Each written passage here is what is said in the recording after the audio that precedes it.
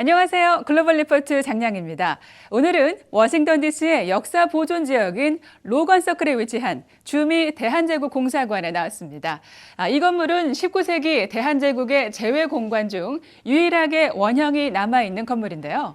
1889년 개설된 주미 공사관은 일본이 대한제국의 외교권을 강탈하기 전까지 구한말 외교 활동의 중심 무대로 쓰였습니다. 한국 정부는 광복 이후에도 이 건물의 소유권을 되찾지 못하다가 재미한인사회 등 각계의 노력으로 2012년 문화재청과 문화유산 국민신탁이 재매입에 성공했는데요. 이후 5년간 고증과 복원 그리고 보수 공사를 거쳐 2018년 5월에 일반에 개관했습니다. 1층과 2층은 19세기, 20세기 당시 공사관 내부 모습을 원형에 가깝게 재현해놨고요. 3층 전시관은 미한 교류의 역사와 주미 대한제국 공사관의 변천 과정 등을 소개하는 전시 공간입니다. 주미 대한제국 공사관은 오미크론 변이의 확산으로 지난 1월 휴관해 재개관을 준비하고 있습니다. 다양하고 깊이 있는 세계 소식 글로벌 리포트 지금 시작합니다.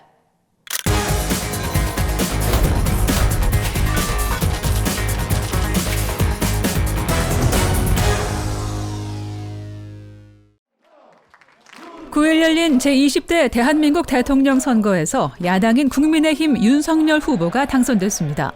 윤 당선인은 이튿날 새벽까지 개표가 이어진 박빙 승부 끝에 1%포인트 미만의 근소한 격차로 집권여당 더불어민주당의 이재명 후보를 누르고 승리했는데요. 검사 출신인 윤 당선인은 코로나 극복과 경제 회복, 부동산 정책 확립, 그리고 미한동맹 강화 등을 공약해왔습니다.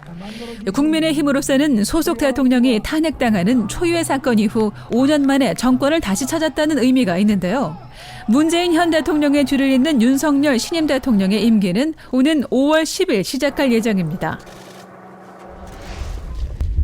지난달 24일 러시아의 침공 후 2주도 채 되지 않는 기간에 우크라이나에서 국경을 넘어 대피한 피난민이 200만 명을 넘어섰습니다.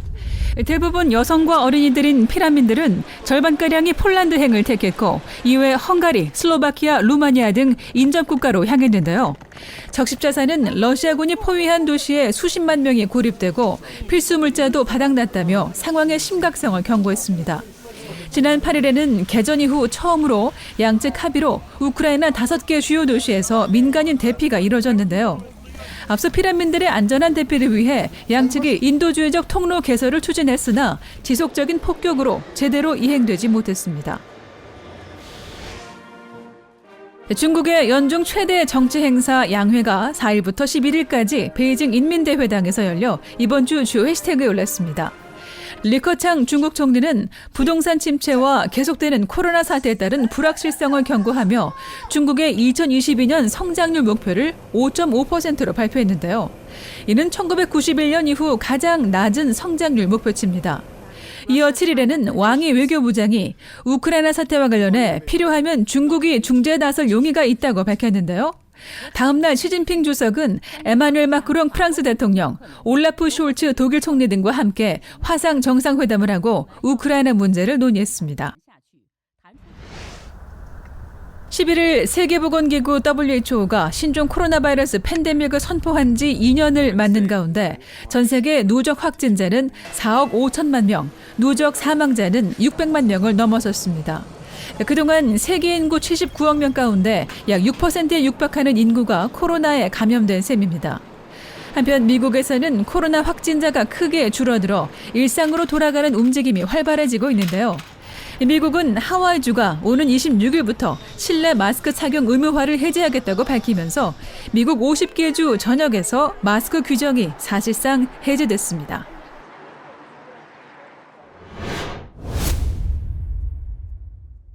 우크라이나 러시아 전쟁이 계속되는 가운데 아시아에서는 중국의 침공 가능성에 대비해 타이완의 안보를 강화해야 한다는 목소리가 커지고 있습니다. 또 한국에서는 새로운 대통령이 탄생해 미한동맹의 앞날과 미국의 동북아 정책이 상당한 영향을 받을 것으로 전망되는데요.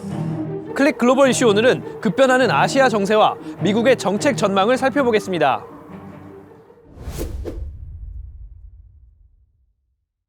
最根本的不同在于，台湾是中国领土不可分割的一部分，台湾问题完全是中国的内政。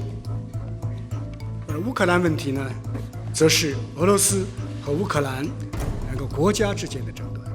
러시아의 우크라이나 침공에 대해 중국은 유독 신중한 입장을 고수하고 있는데요. 이번 사태가 타이완에 대한 국제사회의 관심을 환기하는 걸 원치 않기 때문이라는 관측이 나옵니다. 실제로 러시아처럼 영토 패권을 숨기지 않는 중국이 조만간 타이완을 침공하는 게 아니냐는 우려가 여러 곳에서 제기되고 있죠. President Xi Jinping has also talked about the rejuvenation of the Chinese nation. And they've been building up militarily around China. And that is a situation that we need to watch carefully. 특히 아시아에서 미국의 동맹국인 일본은 러시아의 행보가 시진핑 주석의 야심을 자극해 동아시아 질서에 영향을 미칠 수 있다면서 서방과의 가치 동맹을 강화하는 한편 타이완과의 연대에도 앞장서고 있는데요. 미국도 재빨리 조치에 나섰습니다. 조 바이든 대통령은 러시아의 우크라이나 침공 직후 마이크 멀린 전 합참의장과 사절단을 타이완에 보내 미국의 변치 않는 지지를 재확인했습니다. We come to Taiwan at a very difficult and critical moment in world history. As President Biden has said, democracy is facing sustained and alarming challenges, most recently in Ukraine. Now more than ever, democracy needs champions. 이어 마이크 폼페오 전 미국 장관이 타이완을 찾아 중국을 향한 메시지를 보내고 행여라도 중국이 러시아처럼 무력으로 국제 관계를 바꾸려는 시도를 하지 못하도록 견제했죠. If any of us were mistaken or complacent about the risk to that freedom, I think we need only watch what's taking place in Europe today to see that this continues to demand deep, concerted, focused leadership from those of us who cherish freedom. 한편 아시아에서 미국의 또 다른 주요 동맹국인 한국도 지난 9일 큰 전환점을 맞이했습니다. 한국 국민이 5년 만에 치러진 선거에서 야당의 윤석열 후보를 새 대통령으로 선출한 건데요. 한미 동맹을 재건하고 자유민주주의, 시장경제, 인권의 핵심 가치를 공유하면서 포괄적 전략 동맹을 강화해 나가겠습니다. 윤 당선인은 대북 대화론을 중시한 문재인 정부와 달리 좀 더 국제사회와 발맞춘 대북 대중 접근 그리고 미한 군사훈련 강화 등을 주장해온 만큼 북한과 중국을 포함하는 미국의 한반도 정책 또한 앞으로 영향을 받을 것으로 관측됩니다. 한미동맹 복원에 보다 많은 노력을 경주할 것으로 예상이 됩니다. 그래서 군사훈련이 복원되고 또 기존에 만들어 놓았지만 문재인 정부 때 제대로 가동되지 않은 협의체들을 본격적으로 가동하면서 격변하는 세계와 동아시아의 정세, 바이든 정부가 어떤 방향으로 정책을 이끌어갈지 미한 양국에 관심이 쏠리고 있습니다.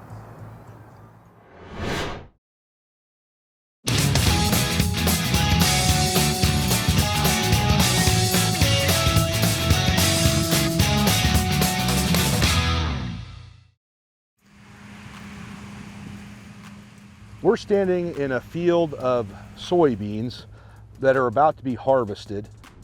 It's a very versatile crop. Here in America, corn and soybeans are the dominant crop. If you'll notice, a soybean comes in a pod, and inside the pod are the beans. Hi, my name is Clipper Goodrich. I'm 36 years old. I'm a first-generation farmer in Kansas, and this is my ordinary life. It depends totally, weather conditions permitting. We could spend anywhere from 8 to 14 hours a day harvesting.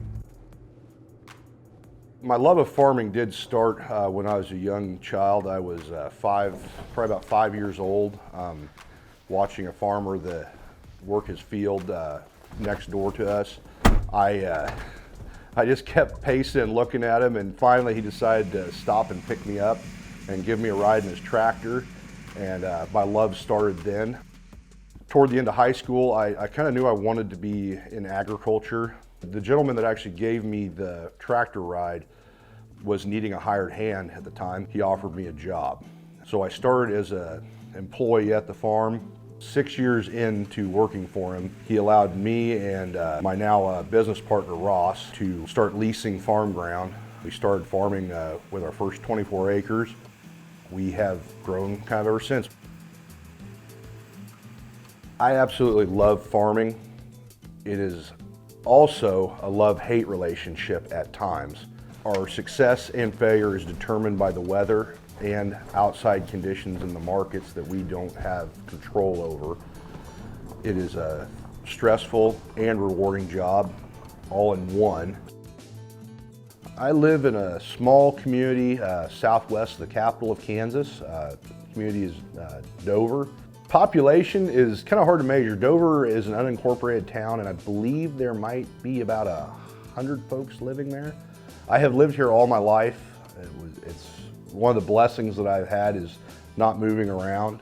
You build relationships that I just don't know that can be beat, in my opinion. You get to know people, you know their kids, you go to school with them.